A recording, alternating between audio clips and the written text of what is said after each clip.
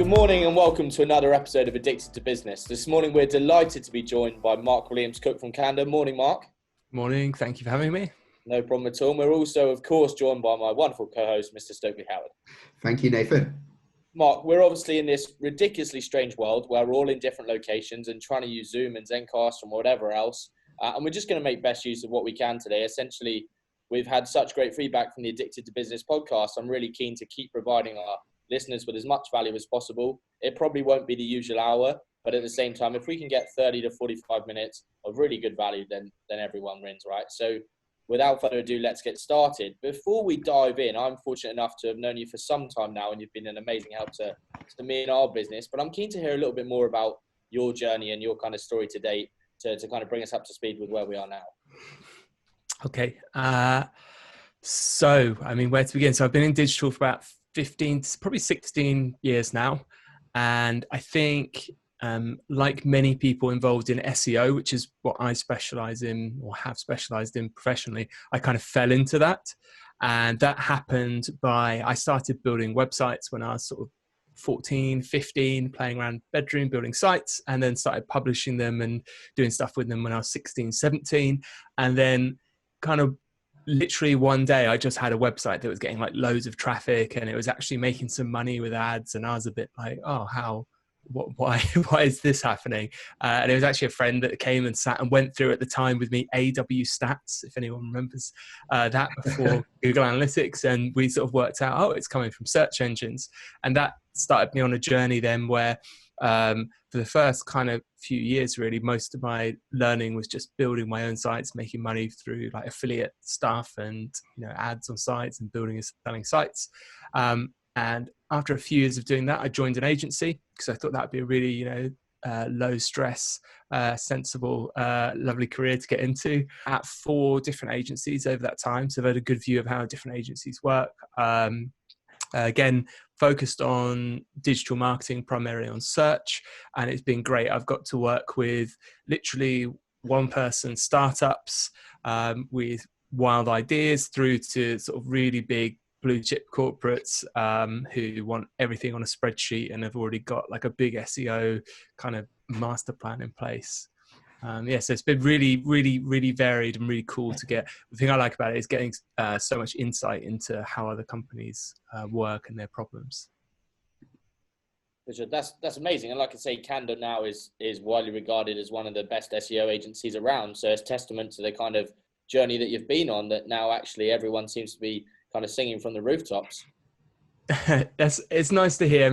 We're certainly not, the biggest and definitely not the most profitable SEO agency. So I say SEO agency because, again, that's kind of what I get involved in. Candour's been around about 6-7 years now, and it was founded on the principle. It's called Candour because the word Candour is about frankness, openness, honesty, and the reason John and I called it Candour, and the thing behind that for us is, having both worked at agencies ourselves, as I said, for about a decade before that, we wanted to work at an agency, but we wanted to fine tune some of the things we hadn't liked ourselves at an agency, which was it can be quite aggressive in terms of kind of getting new clients on board and basically getting the most money out of them possible, especially when I've worked at agencies that have been like maneuvering themselves to sell that client agency business model, because you're trying to optimize all the things obviously for the sale, if you like. And in my experience, that had driven away some of the talent, and it had impinged on the culture, if you like. So the thing about Candour was that we aren't aiming to get to that position with the client service business. It's allowed us to, it's kind of aligned us, I feel, with our clients a bit more, so we can be very honest with them and say, like, we can't help you with this. We stick very much to what is our core expertise, and it's given us some breathing room. So we've got a few other projects on the go where we've built various like SEO tools, SEO add-ons, which are ways to diversify our business that we can still become, and be profitable, because that's what we're in business for, of course. Yeah. But without necessarily having to turn it up to 11 on kind of the client side of things. So where I know you from, Mark, more than anything, is from your very famous unsolicited SEO tips on LinkedIn. I mean, they're great. Right. They're full of character, and they lighten up my day every time I see them. What gave you the idea to start doing those? I mean, where did that come from? So it wasn't like a planned thing, really. Yeah.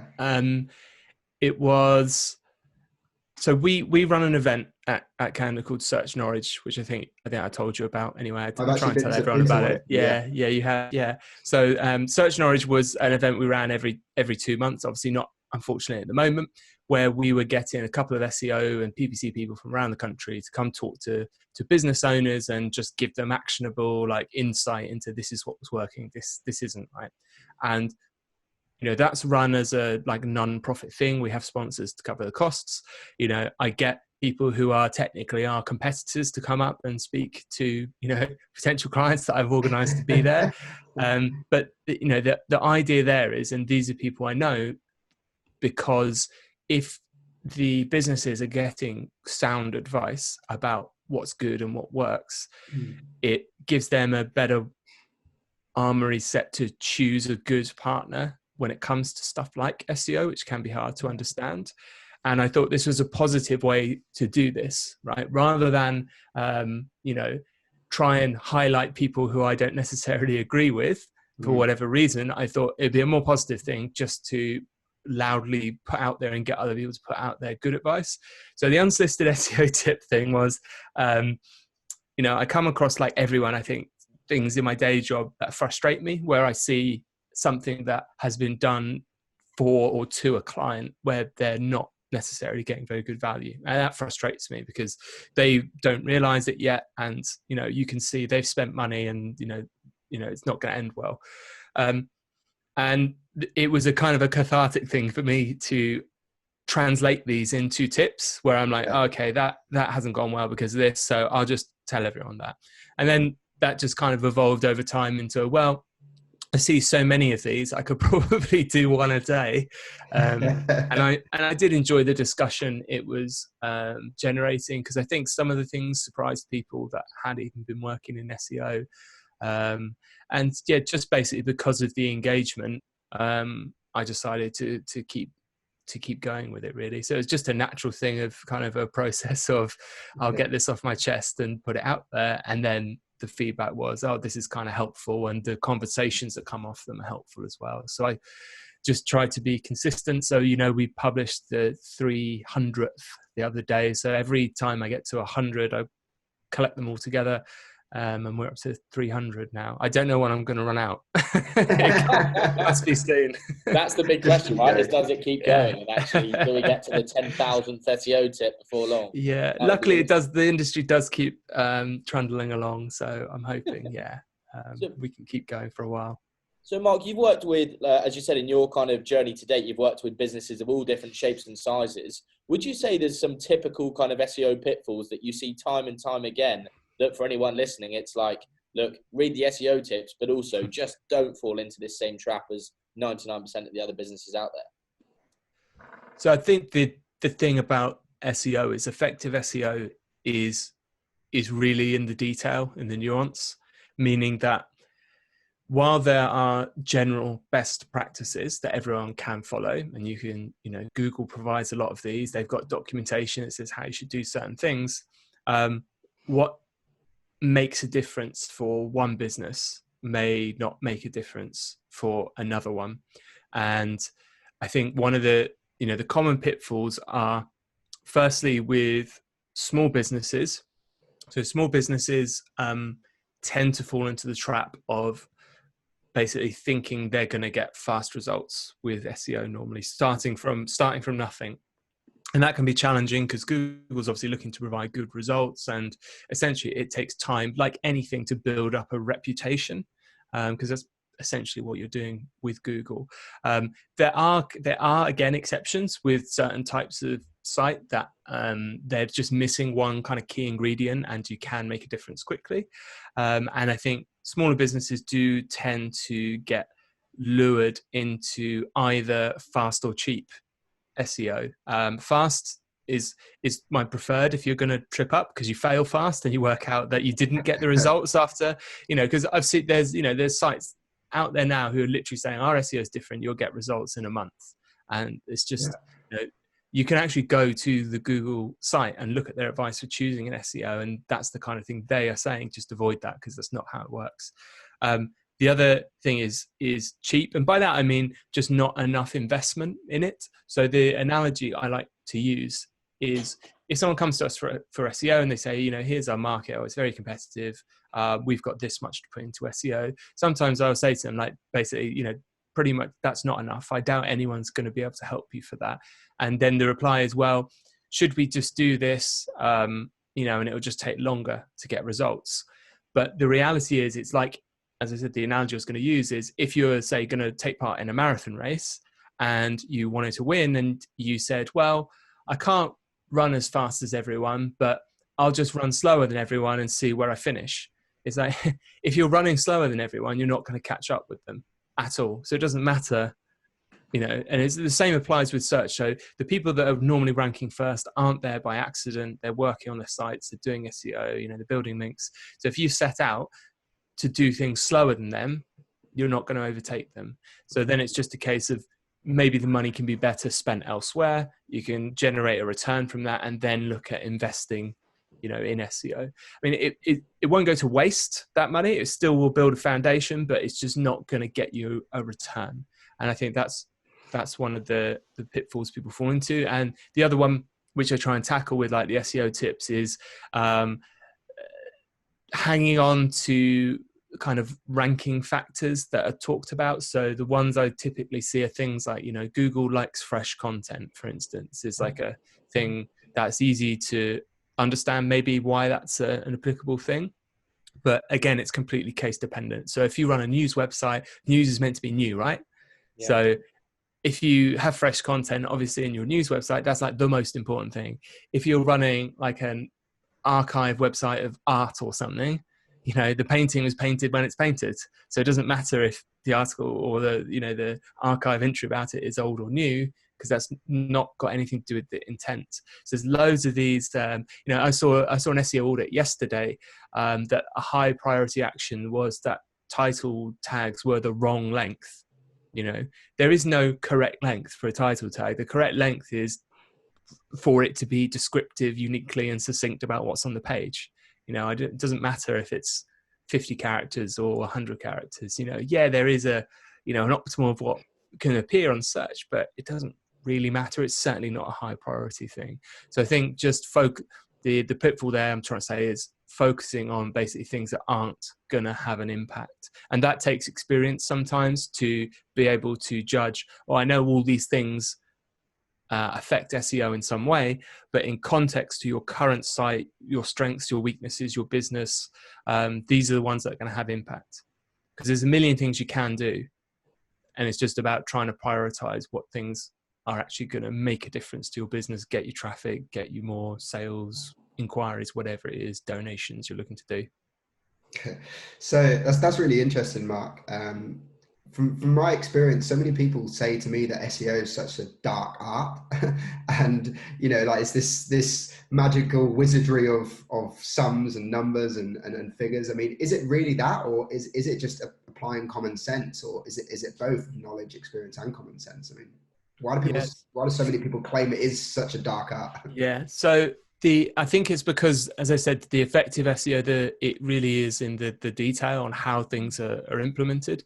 So, I think the reason it's got that reputation is because there is a lot of disagreement in the SEO community. So looking in from the outside, you're like, oh my word, it's just a bunch of people arguing about stuff, which is a fair observation, right?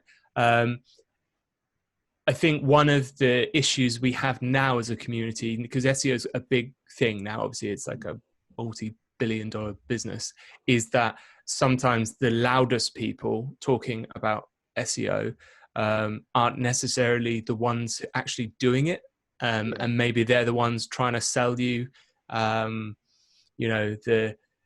the kind of clickbaity, here's the 10 things you must know to growth hack your SEO, type things. But I think the reason it's got that reputation is that there is this kind of disagreement, at least sort of on the outside, about what works and what doesn't. It's not some kind of, mysterious magic dark art. There are best practice guidelines. What I tell business owners actually, and what you said about common sense, is you don't need to know the ins and outs of how Google works, right? So I have a specific few slides I always give to business owners, and I talk to them about Google's long-term plans, which is basically, to return, Google's plan is they want to return the most helpful search result or answer to the user as quickly as possible, right? And then you can talk to someone about saying, what frustrates you about when you do a Google search about web pages, and they'll say, oh, it takes ages to load, wasn't mobile friendly, didn't have the answer actually that I wanted to, or it was buried, the answer I wanted was buried in a 5,000 word piece. All of those things in one way or another are ranking factors that you need to consider for SEO. So a lot of it is common sense. And the kind of golden rule of SEO we follow is that nothing you do for SEO should negatively impact the user experience. Yeah. So by only knowing a couple of kind of things as a business owner, you can make actually quite good decisions about SEO. So if someone's suggesting you do something like, oh, we need to rewrite this to get the keyword density right and repeat this word, and then you look at it and you're like, well, that makes it sound a bit rubbish, then actually it's probably not the right thing to do for SEO in the long term. So yeah, it's just about controlling where you get information from, and just focusing on the bigger picture. Mark, it's really good there that we talked about kind of there's no quick wins, and actually people that say there are quick wins are normally lying through their teeth. So actually, rather than looking at a kind of magic fix or a magic bullet, let's talk about kind of 5 maybe resources or places that you recommend anyone looking to learn or understand SEO. Where could they go and find this out? I mean, the first place would be your 300 tips. That's kind of 101. But where else could people go and have a look and find out and understand a bit more about SEO? Yeah, it's quite actually hard now to answer that. I mean, I've got some resources I could suggest, but a lot of how I stay up to date now with SEO is actually through Twitter. So there's quite an active SEO community on Twitter that if you follow the right people, so there's a few Googlers. John Mueller, which is John MU on Twitter, is one of the main people at Google. And you can search for a Google Search Liaison account, which are 2 points of contact at Google that put out obviously information and will answer your questions directly about SEO. Now, obviously, they're from Google. Some people have got the opinion you shouldn't listen to what Google say.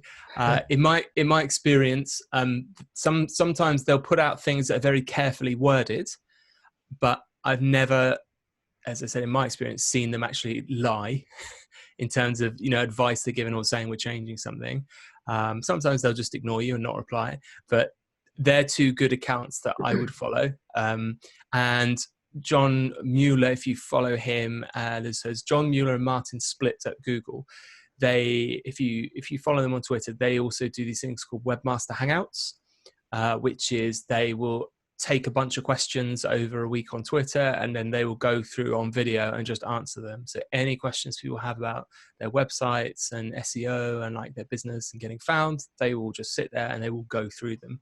And they link as well they do a bunch of YouTube videos, like entry-level SEO stuff. So that's really helpful. We've got that now. Google has kind of stepped up their game in terms of interaction with webmasters.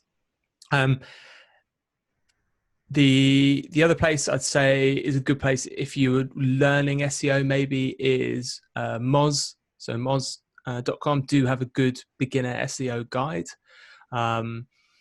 That's a good single kind of document. I'd start with there. I'd follow the tool providers. So people like SEMrush, Systrix.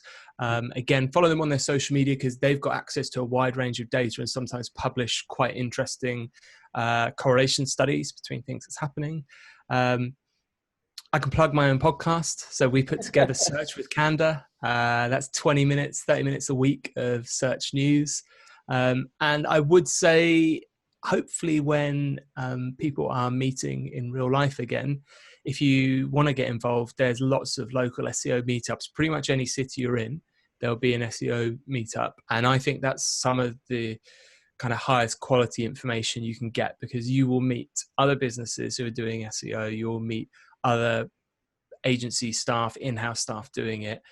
And just being able to have that high fidelity connection with someone to say, oh, well, what's working for you? I'm thinking about doing this, is really, really helpful. And in some ways more helpful than if you go to a huge conference with 3,000 people, because you can't make those connections and have those levels of discussions. I think that's about 5. That's probably more than 5. Thanks for the resources, Mark. I mean, that's a great place to start for a lot of people who need information on SEO.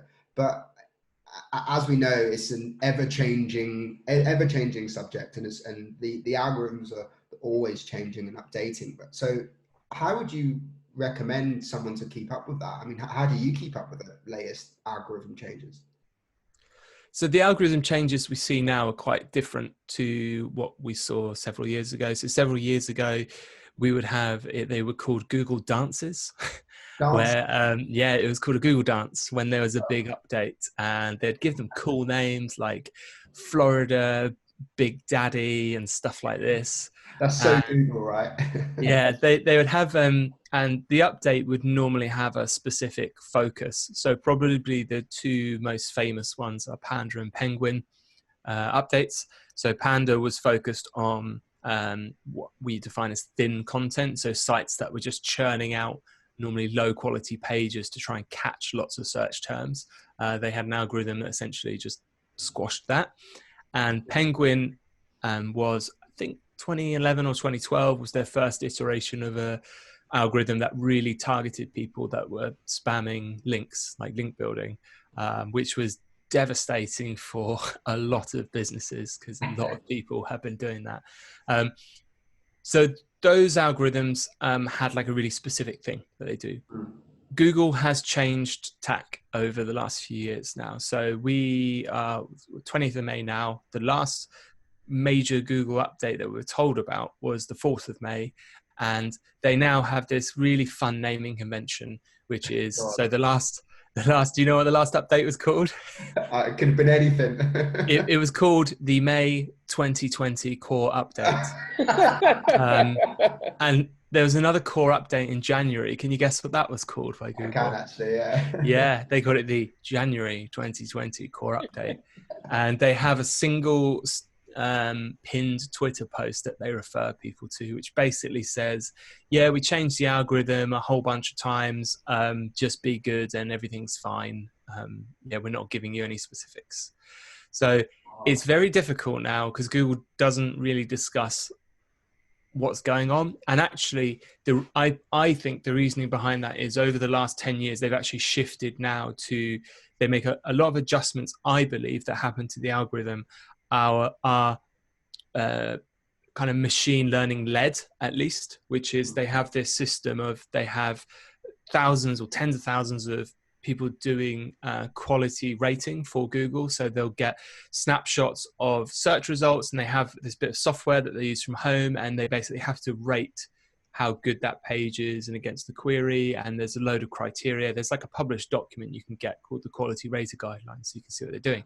And this is training Google's system on trying to recognize itself what makes a good website and what makes a relevant website. And then they compare those like manually labeled quality reviewed stuff that's done by humans to the output that they're putting out, and sort of saying, well, are they matching?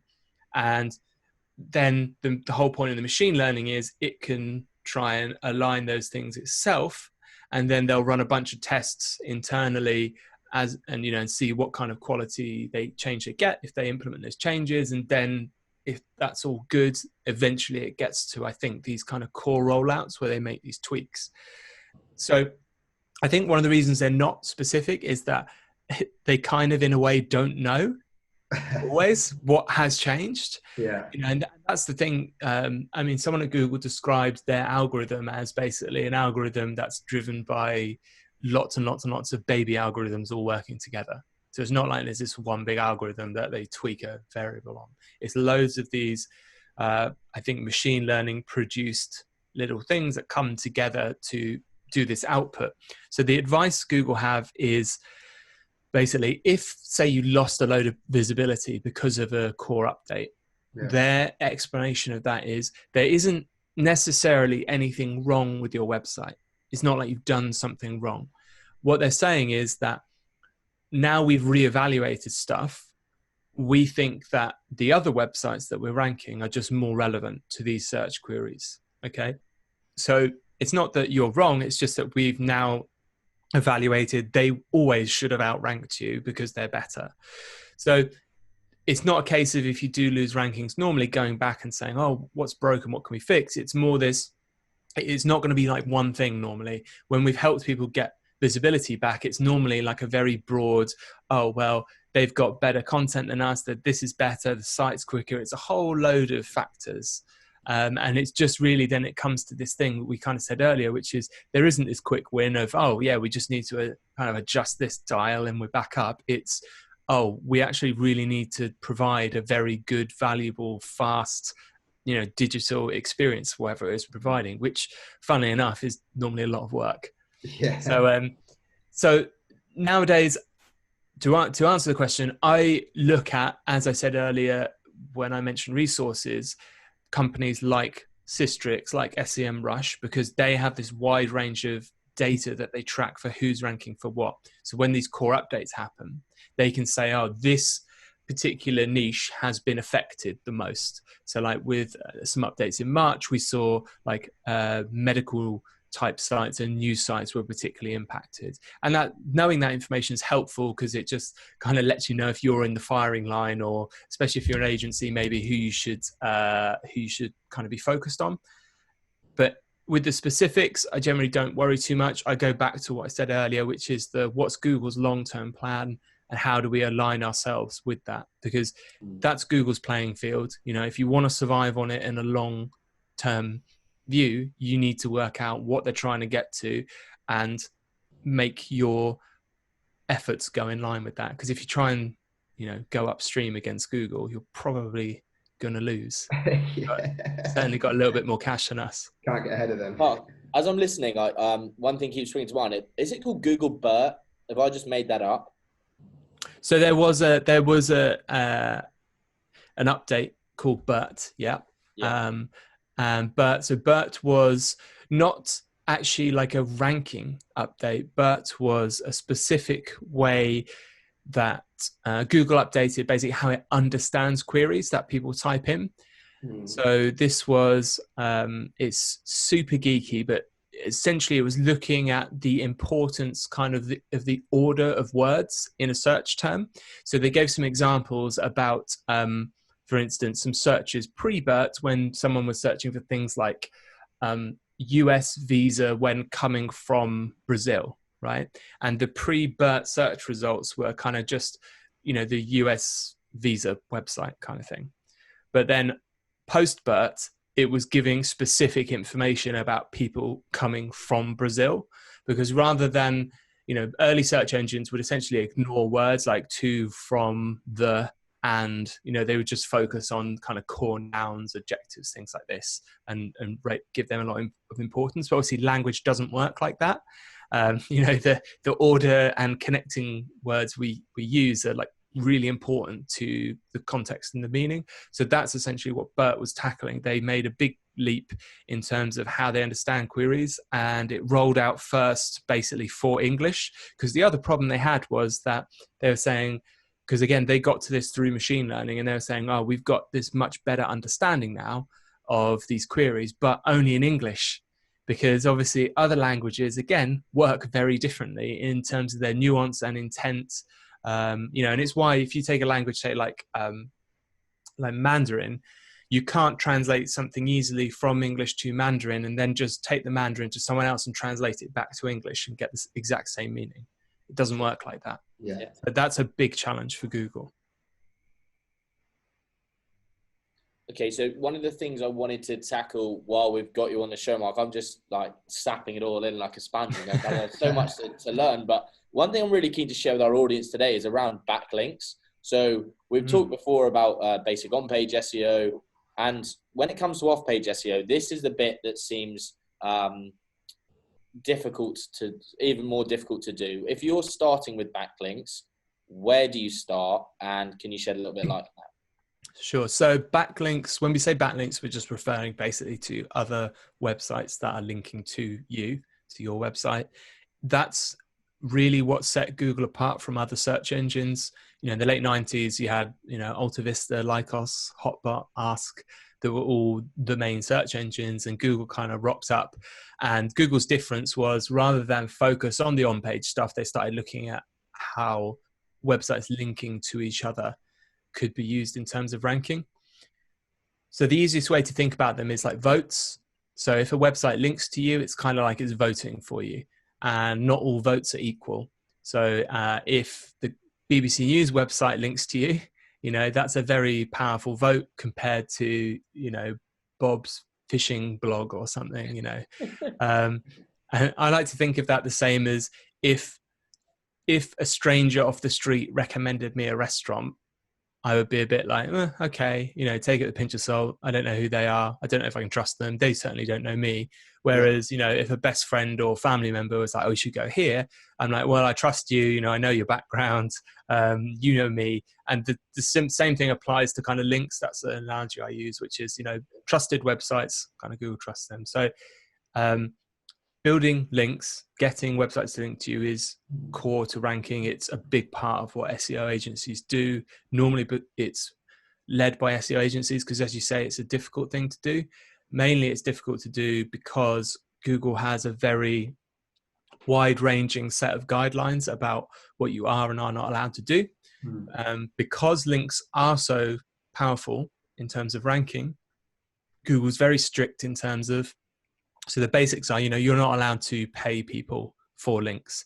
So you're not allowed just to say, hey, Nathan, can you put a link to Candour on the quickfire site? I'll give you like 500 quid to do that or something, you know. And I will, by the way. You know, and the reason Google doesn't want to do that is a bit like paying for votes. You know, if you're running for, you know, if you're running for president or whatever, it's the equivalent of going around and just paying people to vote for you. It undermines this kind of democratic process of the web of Google just wants to know who people are talking about. So they've got a whole set of rules, like you're not allowed to do that. You're not allowed to, for instance, you're not meant to send free gifts or samples of your product to people for them to link to you. You're not meant to do like link exchanges. You know, there's a whole list of things basically of, if Google's like, if you're trying to manipulate us, that's a bad thing. And it's the most common type of Google penalty, which is this unnatural link penalty. So if Google decides, and they're pretty good at it now, if Google decides that you've been manipulating them, buying links, stuff like that, you get a penalty, which basically means you don't rank normally for a big chunk of your keywords, and recovery times for that, once you've put the work in, are like 3 to 6 months. And you won't just go back to where you were ranking before, obviously, because the links you've built have been discounted. Okay. So where should you start with that? I start with the kind of so what test with websites that we use in digital PR, which is, you know, why would anyone link to you? So if you're an e-commerce site and you're selling, so let's say you're selling like car accessories, right? So you're selling, you know, I don't know, like oil and car tire pumps, you know, things like this, right? You know, you're just selling those items. Why would anyone link to you? You know, and normally it's like, I don't know, because nobody really cares when you put a new website live. You know, business owners normally super excited about it. You know, the internet generally just doesn't care. It's like, you've got a new website. So that's when people start exploring this. Oh, we need to make, you know, quality content, quote unquote. And then it's like, okay, well, the theory is we'll make a guide on how to de-ice your car, because there's a whole bunch of people searching for that, right? And that's the seed of an idea of how you might get people to link to you. So if you wrote a guide about, you know, how to de-ice your car, that's something useful that some people will search for, they might share, they might link to it.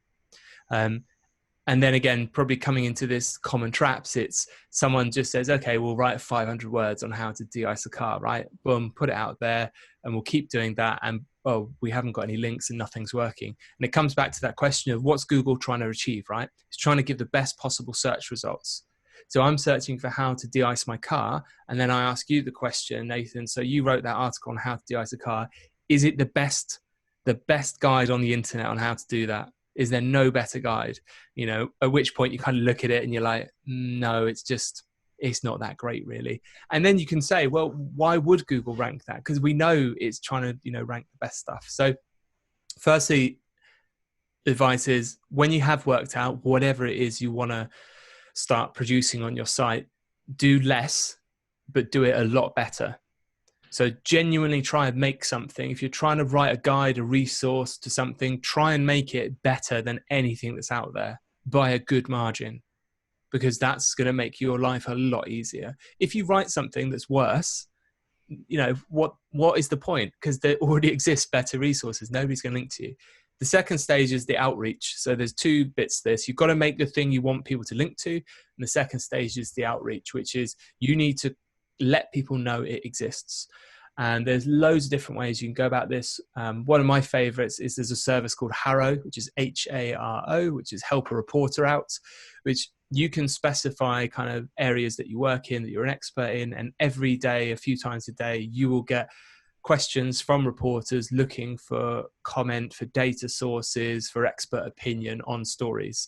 And it's a real easy way. You can just kind of reply to them and get quotes, you know, in the media. So if, like, I've done them for when reporters have asked things about Google, I've replied and then they include me in their article and give Candour a link. Example we did with the client in terms of the content. So we worked with a client in insurance, got them to survey a bunch of landlords and ask them pre-Brexit about what they thought would happen to property kind of rentals and stuff after Brexit, got opinions, and then we built some content from that. We did like a heat map of the UK with the different opinions. So it's really cool, like visual piece. And then we put all of the counties in like a league table based on if their opinion was positive or negative. And it gave us a really nice piece and to go to all the kind of regional press saying, oh, your county is in the top 5 for the most optimistic or pessimistic, because they love the negative, the pessimistic, you know, people about Brexit and property. And, you know, just being able to attach a narrative to your own data is a strong thing. So that's the kind of what if test. It's like, our business has this data. Okay, fine. So what? Nobody cares. What narrative can you put to that that's relevant to what's happening now that people might like to read about? And that's how you package it up. And then you can start contacting, you know, websites, journalists, and generating that interest and that buzz. And again, that's not, if you haven't done it before, that's not an easy process, which is why, again, a lot of people just chuck that over to agencies to help them with, because you've got teams that have got experience with ideation processes. We've got tools for, you know, managing outreach. We've got previous relationships with reporters, journalists, website owners, and yeah, just helping you come up with good ideas. Because I think the thing that happens in-house as well is ideas get generated, and to be honest, nobody's critical enough of them. So you get what are kind of naff ideas that everyone's a bit like, oh yeah, we'll just do that then. And everyone deep down knows it's a bit naff. And it's like, you know, would you read this? Would you be interested? It's like, well, not really. It's like, okay, back to the drawing board then. And I think that's where an agency can help, because, you know, we're quite happy to be like, no, that's a rubbish idea. Let's help you come up with a better one. Haven't you built a tool to help with that kind of content suggestion processes? I'm sure I saw something from Canada also asked or something. Yeah, the thing I'm constantly talking about. There we go. That thing. Yeah, I definitely need that. So yeah, we built a tool which is called alsoasked.com, and that tool is designed to help you find what questions people are asking about a topic. So if you search for something in Google, you've probably seen you get those people also asked boxes, which is Google's basically saying, oh, these are the questions that are related to this topic, and you click on them and it gives you more questions. So basically we've built a tool that does all that for you and maps them out. So you put in like one word or one phrase and it will give you 3 levels deep of questions, related questions. So if you put in like, car maintenance, it might be like, what are the top 5 maintenance things I need to do on my car? And then it'll be about, tire pressure and when should I check it? So it gives you an idea if you're a content team or a writer, okay, you're writing about this. Here's what people are interested in. So here's what you need to include in that article. Love it. That's the idea, at least. Very cool. Very cool. So I appreciate that. Well, to be fair, I for one was thinking that actually whether it would be really difficult to do this over Zoom and whether we'd get the same value. But Christ, I could talk for another 20 hours, Mark, but I appreciate the time's of the essence. Stokely, anything else from your side? I think just one more question, actually, Mark. If out of our whole conversation today, which has been so knowledgeable and so informative, if I was a new business coming to the market, wanted a new website, what would be the one tip that you'd give me to start off my SEO journey? Well, the easiest place to start. I know that's quite a broad question, isn't it? Yeah. I mean, the advice I give is that you should have someone knowledgeable about SEO involved at the build stage. The one of the biggest mistakes we see, and I'm literally talking to someone now who had an e-commerce site built by an agency, no one local to us. And they came to us and said, oh, we want to do SEO. And the agency that built it said they could do it as well. And it's probably, unfortunately, one of the worst sites I've seen for SEO. Like it basically won't rank in Google because Google won't even be able to find the main pages. It's kind of that bad. So, and this is because they didn't get anyone with any knowledge of SEO involved during the build. So there's the saying that prevention's better than cure, and that certainly applies with SEO. So if you can build in the SEO stuff, bake it in as you're building the site, you'll get a better end product, and it will be cheaper if you do decide to do SEO rather than trying to go back and fix things, because this is the stage they're at now. So we helped them out and just listed the few things that were kind of critical to basically go back to the agency and talk to them about, why are these things like this. So yeah, that'd be the advice. So either get an agency that's got in-house SEO people, or get someone, freelancer agency, involved in that site build early on. So Mark, looking to wrap up, firstly, massive thank you for your time. I appreciate that it must be going 100 miles an hour there trying to get everything done with COVID and everything else. So thank you for giving up some time. Just on a personal level, I just wanted to make everyone aware of the kind of stuff you do for the community with Search Knowledge, with your SEO tips. And certainly personally, both you and John have kind of reached out during COVID and been an unbelievable help to me personally and to our business. So a massive thank you for that. I can't tell you how much I appreciate it. And just thank you for all you do for the people of Norwich and the great work you do at Candour.